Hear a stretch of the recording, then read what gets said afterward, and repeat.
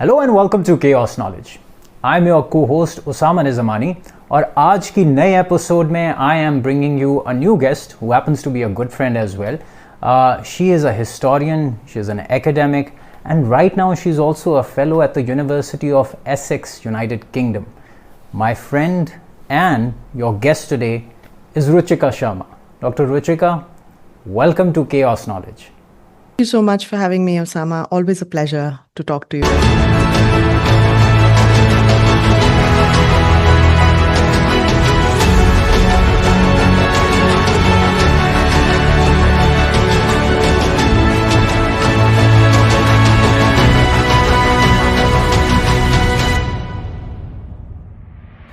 Okay, Ruchika, sorry to interrupt you right at the outset. मैं आज की गुफ्तगू का आगाज़ जो है आपके साथ एक बड़े दिलचस्प क्वेश्चंस के साथ करने लगा हूँ और थोड़ी बहुत मिथ बस्टिंग के साथ भी। ये जो पहला सवाल है मेरे ख्याल में ये काफ़ी लोगों के दिल के करीब भी है और शायद उनको डिसअपॉइंट भी करे, पर let's start of with Mughal history and speaking of that start करते हैं जोधाबाई से। और आजकल मैंने आपकी एक रीसेंट वीडियो देखी जिसमें आपने एक क्लेम किया हुआ है कि जी जोधाबाई का जो कैरेक्टर है या जो उसके इर्द गिर्द की जो तारीख़ है वो अफसानवी है, उसमें शायद हकीकत का जो आंसर है वो बहुत ही कंटेस्टेड है। थोड़ा बता सकती हैं कि जोधाबाई का कोई वजूद भी था या फिर is she being confuse with someone else? तो जोधाबाई का वजूद नहीं था। जोधाबाई एक मिथ है, लेकिन अकबर की जरूर एक minute. So what you are saying is कि जो जोधाबाई का जो कैरेक्टर है अकबर जोधा मूवी में, सो ऐश्वर्या का जो सारा कैरेक्टर है it's based on a myth. जी बिल्कुल, उनका नाम तो is certainly based on myth. Jodhabai नाम की कोई भी Mughal queen, Mughal princess, Mughal court में कोई भी लेडी नहीं थी। We have zero evidence for that. पर अकबर की जरूर शादी हुई थी एक राजपूत प्रिंसेस से, जो कि भारमल कछवाहा की डॉटर थी। Bharmal Kachhwaha was the Rajput Raja of Amer, and वो जो थे वो काम कर रहे थे अकबर के लिए एज अ मनसबदार। काफ़ी हाई रैंकिंग मनसबदार थे वो। तो उन्होंने अपनी बेटी का ब्याह अकबर से कराया। अकबर की भी एक पॉलिसी थी मैट्रिमोनियल अलायंस की, जहाँ पे वो राजपूत्स के साथ काफ़ी मैट्रिमोनियल अलायंसेस करते थे टू स्ट्रेंथन अपना किंगडम भी, और उनको भी फिर काफ़ी राजपूत्स को भी इससे काफ़ी बेनिफिट मिलता था। तो उसके तहत उनकी शादी हुई थी। हमें उनका नाम एक्चुअली नहीं पता, बट हमें ये ज़रूर पता है कि उनको टाइटल क्या मिला था। She was given the title of Mariam uz Zamani, which means Mary of a times, अपने ज़माने की मदर मैरी। वो इसीलिए क्योंकि अकबर का जो सबसे पहला बच्चा हुआ था, जिनको बाद में जहांगीर कहा गया, जिनका वैसे नाम सलीम था, वो काफ़ी समय बाद हुआ था और वो इन्हीं से हुआ था, मरियम उज़ ज़मानी से ही हुआ था। इनिशियली तो उनके जो दो बच्चे हुए थे उनका मिसकैरेज हो गया था sadly, and they couldn't survive. फिर उसके बाद उन्होंने शेख सलीम चिश्ती के पास हो गए, जो आगरा में बहुत बड़े चिश्ती सूफी सेंट थे। उनसे उन्होंने काफ़ी सारी मिन्नतें की कि प्लीज़ मेरा एक बच्चा ज़रूर होना चाहिए, I need a heir to my throne. तो फिर उन्होंने फाइनली बोला कि आपका बच्चा by the end of the year हो जाएगा। And I don't know how, but apparently that became true. And Akbar वो सो इम्प्रेस, वो इतने इम्प्रेस हुए कि उन्होंने अपनी पूरी की पूरी कैपिटल, पूरी लाव लश्कर लेकर वेंट टू आगरा एंड उन्होंने बनाई फतेहपुर सीकरी। तो this is basically the story of Mariam uz Zamani. She was also, अपने ज़माने में शिप्स बनाती थी। उन्होंने दो बड़ी इंटरेस्टिंग शिप्स बनाई थी, एक तो रहीमी करके, एक गंजे सवाई करके, जिसका दो मकसद होता था। एक तो कि हज के यात्रियों को मक्का ले जाना और मक्का से वापस लेकर आना, और दूसरा कि जब आप मक्का के रास्ते जा ही रहे हैं तो कुछ गुड्स आप यहाँ से लेकर जाएंगे और फिर वापस आते समय जो उनको बेचकर सोना और सिल्वर मिलता है वो वापस ले आएंगे। In fact both times both the ships were attacked. First ship was attacked by the Portuguese, second one by the British, and in fact there is a very interesting legend जो कि अभी एक्सकवेशन से प्रूव भी हो चुका है, 2024 में ही हुआ है, यूके में ही इनफैक्ट, दैट जब इंग्लिश ने अटैक किया था गंजे सवाई को, the second ship that she had made, तो उसका ट्रेजर वाज समवेयर लॉस्ट। वो अभी ही यूके की सीज में मिला है, by the way, very recently. So it's a very interesting development which has happened. तो this is basically her, she was not called Jodhabai. Jahangir की वाइफ थी एक जोधबाई करके, because she was the princess of Jodhpur, तो इसीलिए उनका नाम जोधबाई था। जोधपुर के राजा थे उदयराज सिंह, उनकी बेटी थी वो, तो उनका टाइटल था जोधबाई। उनका टाइटल ताज बीबी भी था, अकबर ने उनको दिया था, but there was nobody called Jodhabai. So there was a Rajput princess, but she wasn't called Jodhabai. So yes, there was an Aishwarya-like character, but she was never called, उनका नाम कभी भी जोधाबाई नहीं था। So if I can have it correctly, इसका मतलब ये है कि इंटरफेथ मैरिज थी अकबर की, बट जो उनकी बेटर हाफ थी या जो क्वीन थी, उनका नाम जोधाबाई नहीं था। जी नहीं, बिल्कुल नहीं, जोधाबाई नहीं था। ओके, बिल्कुल ठीक है। अब मैं आता हूँ एक दूसरे सवाल के ऊपर, and this is also another very contentious question, but एक इंटरेस्टिंग सवाल है जी। और वो सवाल बेसिकली ये है कि मतलब speaking again of the history, हम चाणक्य के जो कैरेक्टर है उसके हवाले से भी हमने देखा है बड़ी एक कंट्रोवर्सी सामने रही है, ख़ासकर मंसूब की जाती है उनकी तरफ जो एक बड़ा स्टेट क्राफ्ट का एक बड़ा एंशंट डॉक्यूमेंट है अर्थशास्त्र। पर अभी मैंने आपकी एक रीसेंट वीडियो देखी, उसमें आपने ये भी क्लेम किया हुआ था कि जी चाणक्य का जो है वो भी कोई वजूद नहीं। तो फिर मतलब ये जो एक एंशंट वर्क है अर्थशास्त्र की सूरत में, वो हम किसको क्रेडिट करेंगे, और चाणक्य के जो इर्द गिर्द जो सवालात हैं उस पर क्या तारीख हमें जवाब देती है? जी, बहुत अच्छा सवाल है। चाणक्य का वजूद बिल्कुल नहीं था, क्योंकि हमें कोई भी सोर्स, सो बेसिकली मिथ ये है कि चाणक्य वाज चंद्रगुप्त मौर्य के मिनिस्टर। लेकिन अगर ऐसा होता तो या तो चंद्रगुप्त की सोर्सेज या चंद्रगुप्त के बाद की सोर्सेज हमें कुछ बताती, लेकिन चंद्रगुप्त की मौत के 900 साल बाद भी हमें कोई सोर्स चाणक्य के बारे में नहीं बताती है। द फर्स्ट जब हम उनके बारे में सुनते हैं वो है 5th सेंचुरी एडी की सोर्स, श्रीलंका की बुद्धिस्ट सोर्स है महावंशा करके, उसमें उनका नाम मेंशन्ड है, लेकिन यहाँ भी उनको अर्थशास्त्र का राइटर नहीं बताया गया है। ही इज जस्ट अ ब्रेनियक ब्राह्मण, जो मौर्यन कोर्ट में थे, चंद्रगुप्त मौर्य के कोर्ट में थे, दैट्स ऑल। इनफैक्ट ये जो आइडिया आया कि Arthashastra was written by Chanakya, ये और भी बाद में आया 11th सेंचुरी एडी में। हेमचंद्र करके एक राइटर थे, उन्होंने एक किताब लिखी थी द्वय आश्रय महाकाव्य करके संस्कृत में, उसमें ये उन्होंने दोनों मिथ्स को जोड़ दिया। इनसे पहले ये आइडिया बड़ा क्लियर था, और अर्थशास्त्र भी ये बताती है कि Arthashastra was compiled by Kautilya, who is a very different person than Chanakya. Chanakya and Kautilya अक्सर लोग मान लेते हैं एक ही इंसान के दो नाम थे, but that can't be, because Kautilya और चाणक्य दोनों गोत्र नाम है, तो गोत्र का नाम एक ही हो सकता है किसी का भी। तो in the Indian in the Hindu system, gotra can be ascribed to one person only once, right? तो आपके दो दो गोत्र नहीं हो सकते हैं। तो either you could be of the Chanaka gotra, तो चाणक्य, और you could be of the Kutila gotra, तो Kautilya. You can not be both. और सो ये थोड़ा अनपैक, सॉरी रुचिका, थोड़ा थोड़ा ये अनपैक भी कर दें फॉर आवर व्यूअर्स जो शायद इस साइड से हैं बॉर्डर के। ये गोत्र का क्या मतलब है basically? Is it like an alias, nickname, और what exactly? Gotra basically for a lot of the Brahmins ये मिथ है कि they have been direct descendants of famous rishis. तो ऋषि जो बड़े मशहूर रहे हैं, जैसे अगस्त्य ऋषि है हमारा, जैसे हम भारद्वाज गोत्र है, so we are considered to be descendants of Bharadwaj rishi. So that's gotra basically means lineage. तो लिनिएज हमारी वो है, इसीलिए we have been given the name Bharadwaj. तो कई लोगों का जो अगस्त्य होगा उनका अगस्त्य गोत्र होगा, कई लोग धौम्रिक हैं तो उनका धौम्रिक ऋषि से आए तो उनका धौम्रिक गोत्र होगा। तो जो चनका ऋषि से आए हैं उनका चनका होगा, जो कुटिला ऋषि से आए हैं उनका कुटिला होगा, right? You can not be both, you can only have one, and usually father का गोत्र होता है विच गिव्स यू योर गोत्र। तो अर्थशास्त्र then tells us that the proper name of the person who compiled, जिन्होंने compile किया था अर्थशास्त्र, was Vishnu Gupt, right? So his full name would be Vishnu Gupt Kautilya. Chanakya is not his name at all.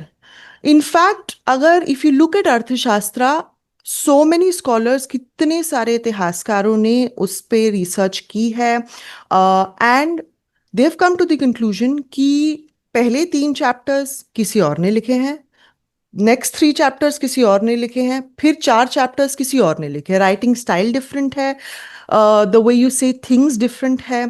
तो that means 3-4 writers wrote different things, and Vishnugupta Kautilya ने एक ही किताब में उसको कंपाइल किया. He was a compiler, he is not really a writer. कहीं lot of times he is also given his commentary, but that's basically his role, and he brought together the Arthashastra. Okay, now speaking of अर्थशास्त्र itself, तो इसका क्या मतलब हुआ कि it is perhaps attributed to Kautilya and not Chanakya, and इसका मतलब है कि क्या मुख्तलिफ लोगों ने लिखी या फिर एक ही इंडिविजुअल थे? क्या है इसके पीछे रहस्य जिसको आप कहते हैं, या जिसके पीछे एक मिस्ट्री कह लें? क्या है इसके पीछे वो सारी मिस्ट्री? तो अनपैक कीजिए. जी बिल्कुल, आपने बिल्कुल सही फरमाया. ये 3 से 4 लोगों ने लिखी थी और एक ने कंपाइल की है, जिसका नाम है विष्णुगुप्त कौटिल्य. एंड ये 11th सेंचुरी तक ही was the only person who was known as the compiler of Arthashastra, associated with Arthashastra. Chanakya का कोई एसोसिएशन नहीं था अर्थशास्त्र, वो 11th सेंचुरी में आना शुरू हुआ. एंड देन चाणक्य's लोर और स्टोरी वॉज कंप्लीटेड कि ही इज दिस ब्राह्मण जो चंद्रगुप्त मौर्य के बहुत ही, he was a very smart guy, and then he wrote the Arthashastra as well. Furthermore Arthashastra is not a Mauryan text as well. उसमें जो भी लिखा हुआ है pertains more to the Roman times, जब हमारा इंडियन सबकॉन्टिनेंट का ट्रेड हो रहा था रोमन से. So largely it is dated by most scholars to around 2nd century, 1st century AD. Not before that. And Mauryan Empire mostly collapsed around 2nd century BCE. So it cannot be, even if Chanakya was for a second the Mauryan minister, he couldn't have survived for 500 years and then written the Arthashastra. So clearly he is not associated with the Arthashastra and he's largely a myth. बिल्कुल ठीक है. सो अब मैं एक और question की तरफ आपको लेके आता हूँ रुचिका, और इस सवाल का बेसिकली ताल्लुक है आजकल जो हम देख रहे हैं इंडिया के अंदर या इंडियन सब कॉन्टिनेंट में जनरली जो पॉलिटिकल नैरेटिव्स की एक आप कह लें कि एक कॉन्फ्लिक्ट बनी हुई है. इसमें अगर मैं आपसे पूछूं कि we see a bit of double standards, या हम देखते हैं कि एक मुख्तलिफ पैराहे से देखा जाता है तारीख को जब हम मुग़ल तारीख की बात करते हैं, और साथ ही साथ उनको एक तरह से आउटसाइडर के तौर पे दिखाया जाता है. पर दूसरी तरफ ही जब हम देखते हैं लेट्स से एंशंट तारीख को सब कॉन्टिनेंट में, ख़ासकर इंडस सिविलाइजेशन को, तो यहाँ के जो मकामी लोग हैं उनको वो ड्यू क्रेडिट नहीं दिया जाता, और समहाउ आर्यंस को जो है वो एक तरह से प्रोजेक्ट किया जाता है, जबकि तारीख तो ये बताती है कि आर्यंस जो हैं वो मकामी नहीं थे. तो उनको क्यों इन्वेडर्स के तौर पे या ऑक्यूपायर्स के तौर पे नहीं देखा जाता बनस्बत जब हम लेट्स से मुगल्स को देखते हैं, और ख़ासकर जो आजकल हम एक देख रहे हैं पॉलिटिकल बयानिए की जो एक जंग है across on the other side. जी बिल्कुल, आर्यन मकामी नहीं थे इंडियन सबकॉन्टिनेंट के, वो ईरान के मकामी थे. उनके नाम में ही ये है, Aryan and Iran are both cognates. तो Aryan just mean somebody who's of Iran, right? And then accordingly, therefore, in Sanskrit it also means somebody who's best, and the creme de la creme or so something like that. तो वो migration हुई 1500 BCE से. We have a lot of proof. अभी recently 2 genetic studies हुई 2019 में, एक cell नाम के जर्नल में है, एक साइंस नाम के जर्नल में है. उससे बिल्कुल प्रूव हो गया है कि around 1500 BCE waves of migration brought the Aryans in. So there is no doubt that they were from outside, and which is why I constantly keep saying in my videos and in general interviews में भी कि India की history ही है of waves and waves of people coming and going plenty of trade, plenty of people settling down, plenty of people leaving this country. तो ये जो debate ही है कि कौन आउटसाइडर है और कौन मकामी नहीं है, ये अपने आप में ही debate is a completely bunkum debate. सब के सब जो यहाँ के हैं वो यहाँ के हैं. इनफैक्ट अगर आप मुगल्स की बात करें तो Aurangzeb was born in Gujarat in a place called Dahod. Then Akbar was born here. Then Jahangir was born here. Shah Jahan was born here. So out of the 6 major Mughals, 4 Mughals were born in India. So there is no doubt that these are people who were clearly of India. They did a lot for India. कितना कुछ infrastructurally बनाया है. Just recently Taj Mahal was regarded as the best monument in the world, and it's such a good tourism spot. इतना tourism से हमको revenue आता है thanks to Taj Mahal. So I think ये the reason why there is a difference, and the reason why a lot of people हमारे यहाँ ये मानना नहीं चाहते हैं कि Aryans were also outsiders is because then they will not have this vantage point saying, oh, we are insiders, but Mughals are outsiders.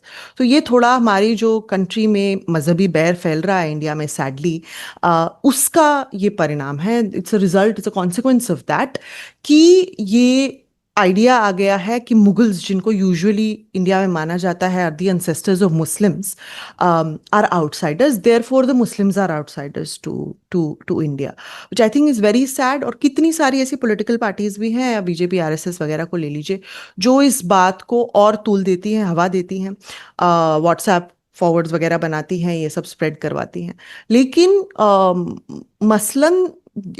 मसला ये है कि एक्चुअल में अगर आप हिस्ट्री देखें तो ये outsider insider debate completely falls flat, क्योंकि आर्यंस भी बाहर से आए थे, लेकिन ये लोग वो मानने को तैयार ही नहीं है कि बाहर से आए थे. दे थिंक कि हम यहीं से, Aryans were born here in India and all of that, जिसका कोई प्रूफ नहीं है. अब एक और पहलू पे भी आते हैं, और वो है ancient civilisation of the Indus. इसके ऊपर ज़रा सिंध की जो एक एंशंट तारीख है उस पर ज़रा आते हैं. और मैं ये जानना चाहता हूँ कि, and I am sure a lot of people have this question across the world, Pakistan में भी, इंडिया में भी, कि जो मोहनजोदड़ो की लैंग्वेज है सो फार, मतलब जो हमें आम तौर पे एक मानना है कि उसकी लैंग्वेज आज दिन तक जो है डिसाइफर नहीं हो सकी है. सो हमें बताएं कि उस पर क्या अपडेट्स हैं और क्यों ऐसा है कि आज दिन तक जो है उसकी लैंग्वेज पे कुछ ज़्यादा प्रोग्रेस नहीं हो सकी. क्या रीजंस हैं उसके, और कोई प्रोग्रेस उस पर हो भी रही है, खासकर now that we have advent of technologies like artificial intelligence है, आगे जाके quantum computing भी काफ़ी प्रोग्रेस कर सकती है. तो आपको कोई ब्रेक थ्रूज नज़र आते हैं कि आगे जाके कुछ हो सकें लैंग्वेज को डिसाइफर करने में? लैंग्वेज तो शायद नहीं डिसाइफर होगी, बट स्क्रिप्ट हो सकता है डिसाइफर. और ये थोड़ा फ़र्क बता सकती हैं कि स्क्रिप्ट और लैंग्वेज का क्या फ़र्क होगा इधर हमारे जैसे नोविसेस के लिए? जी बिल्कुल. जैसे कि पर्शियन इज अ लैंग्वेज लेकिन उसकी script is Arabic. Similarly Hindi is a language लेकिन उसकी script is Devanagari. Urdu is a language लेकिन उसकी स्क्रिप्ट इज अरबिक. तो जिसमें वो लिखी जाए is very different from the way it is spoken, right. तो जैसे कि I can also right Hindi in Roman, right? I can also write it in Roman letters. I can write Urdu in Roman letters as well. I can also write Punjabi in Arabic script as well. Shahmukhi वगैरह पहले भी लिखी जाती थी. पर the thing is, therefore the difference between script and language.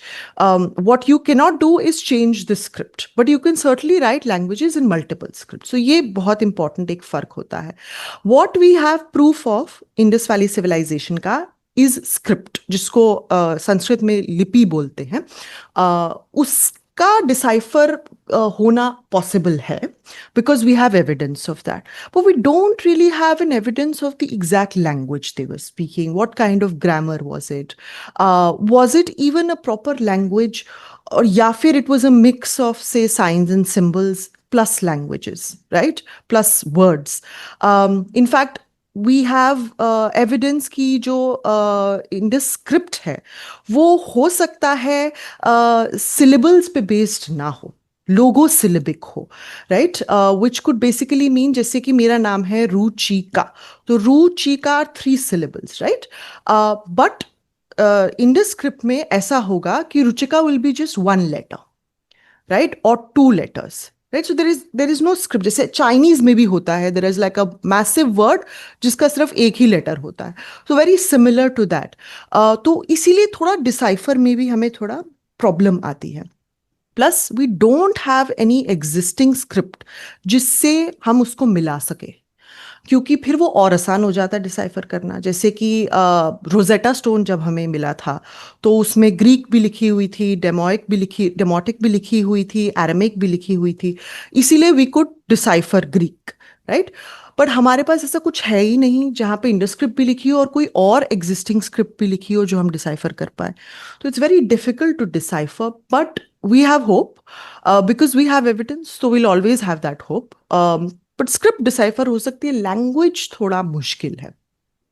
Okay Ruchika, सो अब इस सवाल के साथ मैं एक दूसरे क्वेश्चन पे मूव करता हूँ, और वो क्वेश्चन है बेसिकली कि अगर हम इंडस का एरिया जो देखते हैं आजकल, जैसे हम देखते हैं कि पाकिस्तान की जो टेरिटरी है, यहाँ से तारीखी तौर पे देखा जाए तो किन किन मुख्तलिफ मज़ाहिब ने या किस किस तरह की मतलब एक स्पिरिचुअल मुख्तलिफ मूवमेंट्स या वेव्स जो हैं वो यहाँ से निकलती रहीं, उस पर थोड़ा आप हमें बताएं कि कौन से मज़ाहिब यहाँ से मतलब जिन्होंने जन्म लिया या जिनकी इर्तिका या जिनकी तारीख जो है वो यहाँ से ताल्लुक़ रखती है. और given that you no religious canvas जो है यहाँ का, सब कॉन्टिनेंट का, पूरे रीजन को देखें, इतना डाइवर्स है, तो इसमें क्या अपॉर्चुनिटीज़ हैं जहाँ पे कोई रिलीजियस टूरिज़म भी जो है वो हो सकता हो, ख़ासकर जो पाकिस्तान की टेरिटरी है वो कैसे कंट्रीब्यूट कर सकती है लोगों की स्पिरिचुअल जो एक नीड है उसको सैटिस्फाइड करने के लिए? जी, आई थिंक जो इंडियन सब कॉन्टिनेंट का वेस्टर्न फ्रंटियर रहा है, जिसमें पाकिस्तान भी पहले था इतिहास में, वो बड़ा ही इम्पोर्टेंट रहा है एक्चुअली. क्योंकि सारी जो लैंड मूवमेंट्स हैं, लैंड माइग्रेशन है, वो पाकिस्तान अफगानिस्तान के थ्रू ही आई, starting with the Aryans. They also took that land route, Hindu Kush के रास्ते वो यहाँ आए. उससे पहले the Harappan civilization, most of it जो है वो पाकिस्तान में है. हरप्पा, मोहनजोदारो जो इम्पोर्टेंट साइट्स है, बालाकोट, नागेश्वर, चान्होदारो जो सिंध, सॉरी, कराची के आसपास जो साइट्स हैं, which are very close to the coast of Pakistan. तो वो सारी जो एरिया है वो भी पाकिस्तान में ही था. देन उसके बाद कुशान्स जो सब कॉन्टिनेंट में आए वो भी वहाँ से आए, पाकिस्तान से. जो शाकाज आए, सतवाहनाज, ये सारे के सारे वहीं से आए. सो आई थिंक बाबर भी उसी रास्ते से ही आए थे. उससे पहले दिल्ली सुल्तान्स भी उसी रास्ते से आए थे, बिकॉज मोहम्मद घूरी वगैरह गजनी में थे, तो उनको यहीं से आना था. तो ये सारा का सारा, in fact most of Indian history में जो माइग्रेशंस हुई हैं या इन्वेजन्स हुई हैं वो सब इसी रास्ते से हुई हैं. So I would think that historically it's a very important link. Lahore, for example, was for almost all of Indian history very important land trade route. सबसे बड़ी जो फाइट हुई थी मोहम्मद घूरी ने की, उससे पहले गजनी ने की, was कि हम लाहौर हथिया लें इंडियन सब कॉन्टिनेंट से, because Lahore was so lucrative. यहाँ से कोई जा रहा है तो वो लाहौर से जाएगा, उसको वहाँ पे टोल टैक्स देना पड़ेगा, कस्टम्स देने पड़ेंगे. वहाँ से कोई आ रहा है तो फिर से लाहौर से आएगा, तो double the toll tax, double the customs. तो it's very lucrative. And Ghazni really wanted to be part of that route. जो हॉर्स ट्रेड रूट था वो भी यहीं से था, क्योंकि the subcontinent is very hot. अपने हॉर्सेस वो ब्रीड नहीं कर पाते हैं, तो अरेबिया, ईरान वगैरह से जब आते थे तो वो ऐसे ही आते थे. Again Lahore was a very important part of that route. मुझे लगता है there are many avenues, not just religious, historically also. एक तो इंडस है ही सिविलाइजेशन, उसके जो मेन सबसे इंपॉर्टेंट साइट्स हैं, मुझे तो बहुत शौक है कि मैं देखूं कभी Harappa, Mohenjodaro, great bath. Then उसके बाद I think there is so much in Lahore, Badshahi etcetera, Badshahi mosque जो है, जिसमें टूरिज्म होना बहुत पॉसिबल है. आई थिंक वहाँ पर अनारकली की भी अपेरेंटली मज़ार है, जिसको पॉपुलरली अनारकली के मज़ार बोलते हैं. पता नहीं अनारकली की है कि नहीं. तो I think there are many avenues जिसमें ये हो सकता है. इनफैक्ट मौर्यन टाइम्स में भी ये पूरा एरिया वाज अंडर अशोक, तो there is plenty of history Mauryan times की भी वहाँ. In fact before things went south between the two countries, we used to have joint excavations. तो हमने joint excavations हड़प्पा मोहनजोदारो की sites पे भी की हैं, and I would really, hope कि someday we can start that again. कि Pakistan can also be explored for Mauryan sites, etc. Because these are all very important sites, and Pakistan has always been at the middle of this coming and going. So there is so much of evidence that we can gain from it, but I think ये politically थोड़ा एक मसला जो थोड़ा tight रहता है, उससे culturally, historically जो nearness आ सकती है वो खत्म हो जाती है. But as a historian and as someone who takes a lot of interest in history, आपको क्या लगता है कि क्या ये वाला एरिया जो है हिस्ट्री में एक्सकवेशंस आर्कियोलॉजिकल स्टडीज़ वगैरह जो हैं, can they also play as a part of CBM and they can be divorced from the larger जो एक पॉलिटिकल नैरेटिव शेपिंग चलती है इस साइड पे उस साइड पे, उससे डाइवोर्स करके क्या एज अ CBM के तौर पे भी देखा जा सकता है इसको? Absolutely, I would think ये बहुत ही important और करना ज़रूरी भी है. It's not just a CBM. I think it's very good for, historically speaking, for both countries, because there is so much evidence that अगर both countries अपनी resources pool करके as a subcontinent की history को निकालें, so there is so much that we can get from it. For the longest time, we've only focused on Indus civilization, which is important. But like I said, there is history, of Pakistan being part of the larger Indian subcontinent. So there is so much that we can find for all periods, right? For the Mauryan period, and then later on for the Sultanate period, we can find so much. Mughal period, we can find so much. So there is so much to be explored, and I think as a confidence building measure and also as a measure जो दोनों countries को बड़ा benefit कर सके, ये जरूर होना चाहिए joint excavations. क्वेश्चन की तरफ आता हूँ और वो है बेसिकली आपकी लेटेस्ट वीडियो जो कि इंद्रप्रस्थ के बारे में है, और उसका ताल्लुक़ हमने देखा है मुख्तलिफ हिस्टोरियंस जो हैं आजकल का जो शहर दिल्ली है या जो पुराना शहर दिल्ली का है उसके साथ जोड़ने की एक कोशिश करते रहे. क्या रीज़न है कि इसके ऊपर मुख्तलिफ लोगों का या मुख्तलिफ स्कॉलर्स का जो है वो एक बड़ा ज़ोर रहा कि उसको किसी तरीके से जो है मिलाया जा सके? थोड़े मतलब हम जैसे लोग जिनका हिस्ट्री में इतनी कोई गहराई नहीं है समझा सकती हैं कि क्या वजह थी कि जिस पे इतना ज़ोर रहा मुख्तलिफ एलीट्स का जो तारीख़ में मतलब रूल करती रहीं इंडियन सब कॉन्टिनेंट के ऊपर? बिल्कुल, मुझे लगता है कि सबसे पहले तो इंद्रप्रस्थ का मिथ आया था अंग्रेज़ों को सेटिस्फाई करने के लिए, क्योंकि अंग्रेज जो थे they were looking to shift their capital from Calcutta to Delhi. For your viewers मैं बता दूं, Indraprastha is a mythical city mentioned in Mahabharata. Mahabharata में मेंशन्ड है ये. Mahabharata is basically a war between Kaurava and Pandava. तो पांडव्स की सिटी थी इंद्रप्रस्थ, एंड उनके रूलर माने जाते थे Yudhishthira, who was the eldest of all the Pandava brothers. तो ये बहुत people are very convinced in the Indian subcontinent before partition and before independence that these Mahabharat sites do exist for real. And ये epic था, but इन्होंने epic को as a primer माना excavation के लिए, एंड जगह जगह बड़ी सारी रिसोर्सेज वेस्ट की to find sites of the Mahabharata. Indraprastha was one, but Indraprastha was most important because the English were invested in it. They wanted to shift their capital. Calcutta से उन्होंने दिल्ली करी, तो दिल्ली में उनको दो सिटीज तो बड़ी इंपॉर्टेंट मिल गई. एक तो मेडिवल सिटी जो थी शाहजहानाबाद, क्योंकि जो शाहजहां ने बनाई थी, जो अभी भी दिल्ली में चांदनी चौक एरिया में है, रेड फोर्ट है हमारा, तो वो सारा एरिया को उन्होंने कहा कि this is the medieval important city, and the modern city वो होगी न्यू दिल्ली जो बनेगी, British city, right. But ancient कोई इंपॉर्टेंट सिटी थी नहीं दिल्ली में, because ancient Delhi was actually not really a big deal. Ancient Delhi में कोई रिहाइश थी ही नहीं ज़्यादा. एंशंट दिल्ली में कोई ज़्यादा बड़ा रूलर रहता ही नहीं था. But the English were not satisfied with this.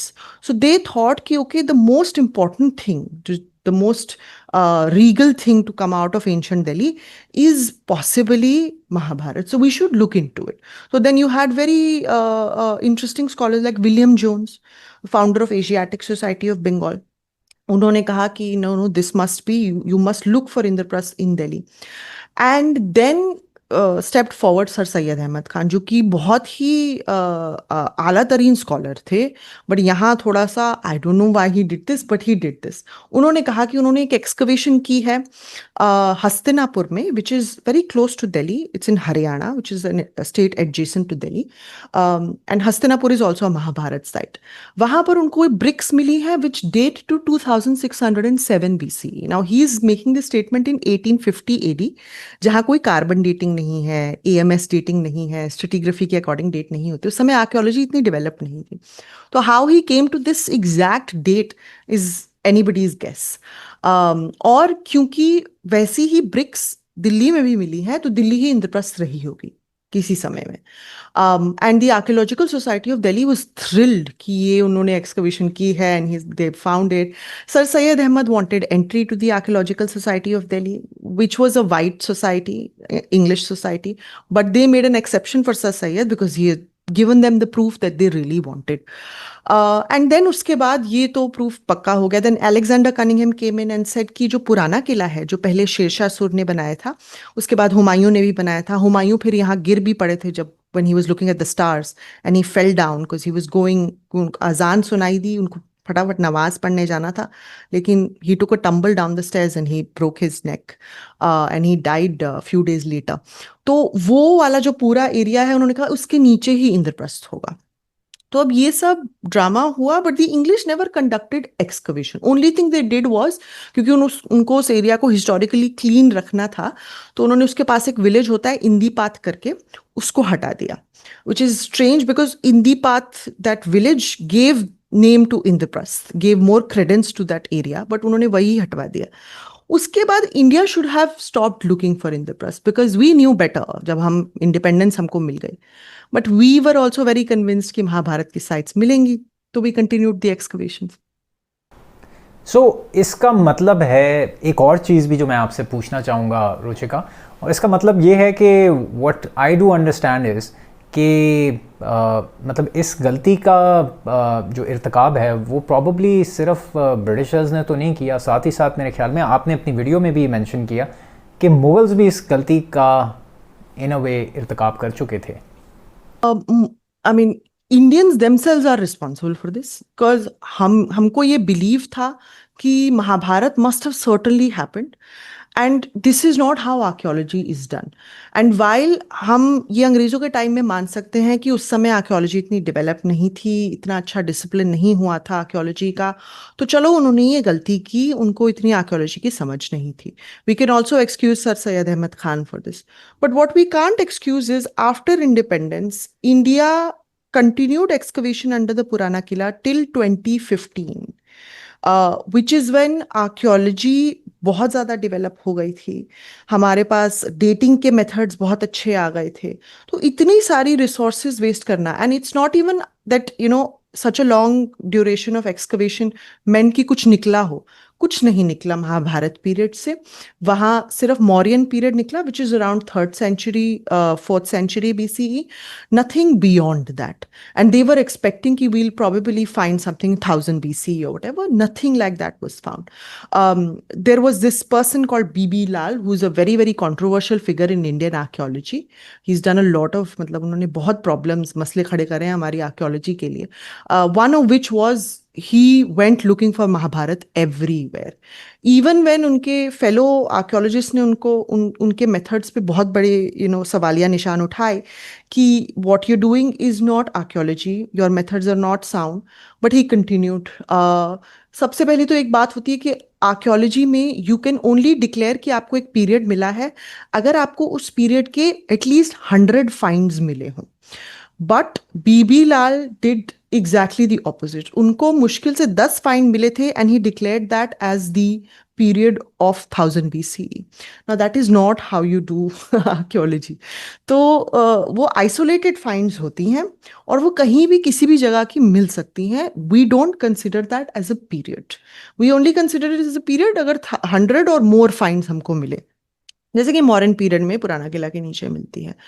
But we continued कि हो सकता है मिल जाए, हो सकता है मिल जाए, and we have spent so much money on it. India is doing that even now. So even now in Haryana, there is this area जो हस्तिनापुर जैसे मैंने बोला, and Kurukshetra, again to Mahabharata related sites. उसके बगल में एक गांव है ठेपोलार करके, उसको भी अब वो हटवा रहे हैं, and this is a very historical गांव। Again it's been in existence since 200 years. So that means कि आप 200 साल की history of that village you are destroying for a history that you know so far has yielded nothing.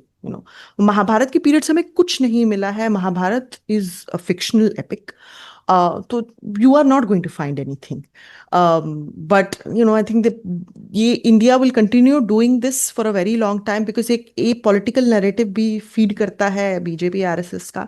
और दूसरा ये है कि बिकॉज इतने समय से हो चुका है, it's almost become this obsession of the ASI to find Mahabharata, which is sad, because India and the subcontinent as a whole, as I was saying, is so rich in history and in excavation material that every 100 kilometer or so you'll find a very interesting site that you can dig, and you can find a new part of our history. But उसमें invest करने की जगह they'll invest in avenues where they know they're not going to find anything. So as a historian and as someone who takes interest in archaeology, और ये मेरा last question है, क्या एक बड़ी रिस्पॉन्सिबल तरीके से आर्कियोलॉजी को कंडक्ट किया जा सकता है? मतलब what would be your way of going about it? क्या क्या क्या करना चाहिए आर्कियोलॉजिस्ट को, के बजाय इसके उनकी अजम्पशंस जो हैं वो अजम्पशंस के जिनमें एविडेंस नहीं है वो उनको बेसिकली मोटिवेट करें इस तरह से एक्सकवेशन को करने पर? क्या एक मुख्तलिफ तरीका कार अपनाया जा सकता है जिससे कम्युनिटीज़ भी इस तरह से डिस्प्लेस ना हो और एक्सकवेशन और जो साइंस की परसूट है वो भी पूरी हो जाए? सबसे पहले तो कभी भी एक्सकवेशन ये मानकर नहीं करनी चाहिए कि मुझे ये यहाँ मिलेगा। अगर आप ऐसा कर रहे हैं तो you have already made a conclusion first, और फिर आप फैक्ट फाइंडिंग कर रहे हैं, तो वो तो मिल ही जाएगा। हो सकता है एक दो चीजें मिले और आप मान लें कि हाँ भाई आपका कंक्लूजन प्रूव हो गया, ऐसा नहीं होता है। तो पहले you need to be very open that this is an archaeological excavation, and survey के बेसिस सबसे पहले तो सर्वे होना बहुत इंपॉर्टेंट होता है, which is over the ground, जिसमें किसी की भी एविक्शन की जरूरत नहीं होती। तो द एएसआई मस्ट फर्स्टली, अगर ये विलेज को एविक्ट कर रही हैं, they should conduct a survey over here and find out कि if that site is important enough कि इतने लोगों को डिस्प्लेस किया जा सके, राइट? एंड उसके बाद भी दे कैन फाइंड, बेसिकली आपको पूरे एरिया को एविक्ट करने की जरूरत नहीं है। You can only find a small area, conduct your excavation over there, क्योंकि विलेज है, विलेज में तो बड़ा सारा ओपन एरिया होगा, so you can easily excavate over there, and उसके बेसिस पे यू कैन से हमें इस रीजन से ये मिला है, राइट? तो if you really want to do good archaeology, there are many ways to do it, right? दूसरा कि सस्पेंड ऑल पॉसिबल assumptions। अगर आप इस assumption के साथ जाएंगे कि मुझे यहाँ महाभारत मिलेगा ही मिलेगा और मैं वही खोजूंगा, तो वो आपकी फिर सही से आर्कियोलॉजी नहीं हो पाएगी।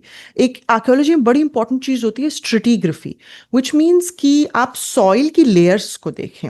जैसे जैसे आप नीचे जाते जाएंगे, सॉइल की लेयर्स ओल्डर लेयर्स होंगी, तो आपका जो मटेरियल होगा वो ओल्डर टाइम पीरियड का होगा, और ऊपर में न्यूअर टाइम पीरियड का होगा।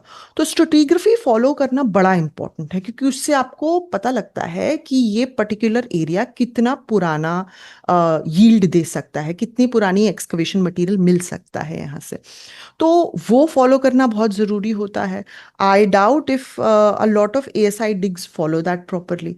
फिर हमारे जो मेथड्स हैं वो बड़े ओल्ड हैं, जो अंग्रेज मेथड्स छोड़ के गए थे, जिसको ग्रिड एंड बॉक मेथड कहते हैं हम, व्हीलर मेथड, क्योंकि आरईएम व्हीलर करके एक आर्कियोलॉजिस्ट थे, इंग्लिश आर्कियोलॉजिस्ट, उन्होंने दिया था ये मेथड, वही हम अभी भी फॉलो करते हैं। लेकिन अगर आप यूके में, यूएसए वगैरह में एक्सकवेशंस देखें, तो they have move to this amazing method called Harris matrix, जिसमें आप कॉन्टेक्चुअली एक ऑब्जेक्ट को दूसरे ऑब्जेक्ट से लिंक करते हैं, and you don't have to dig according to a grid and box method.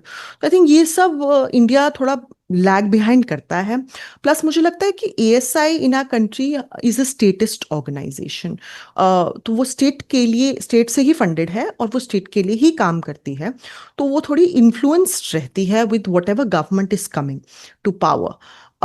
And because ये बड़ा चेकर्ड पास्ट भी रहा है इंग्लिश एएसआई से लेकर इंडियन एएसआई तक का, तो इसीलिए थोड़ा एक उनका बायस है टूवर्ड्स दिस हिंदुत्ववादी आइडियोलॉजी, जो कि बाबरी मस्जिद के टाइम पे भी हमें दिखा था जब एक्सकवेशन हुई थी बाबरी मस्जिद की। उसके बारे में भी काफ़ी स्कॉलर्स ने लिखा था, they were deliberately trying to find a temple but they couldn't prove that there was a temple. तो मुझे लगता है कि ये, if you want you can actually do very good archaeologically speaking in India, but ASI has a very different agenda that they want to follow, which is sad. Ruchika, इस note के ऊपर आज की हम अपनी कॉन्वर्जेशन को कंक्लूड करते हैं। दिल तो मेरा बड़ा चाह रहा है कि हम इसके ऊपर आपसे बहुत ज़्यादा गुफ्तगू करें, लेकिन I think will have to hold it over there. और इसी के साथ मैं आपका बहुत बहुत शुक्रिया अदा करता हूँ। Thank you so very much and धन्यवाद for joining us for today's episode on chaos knowledge. Shukriya. Thank you for having me.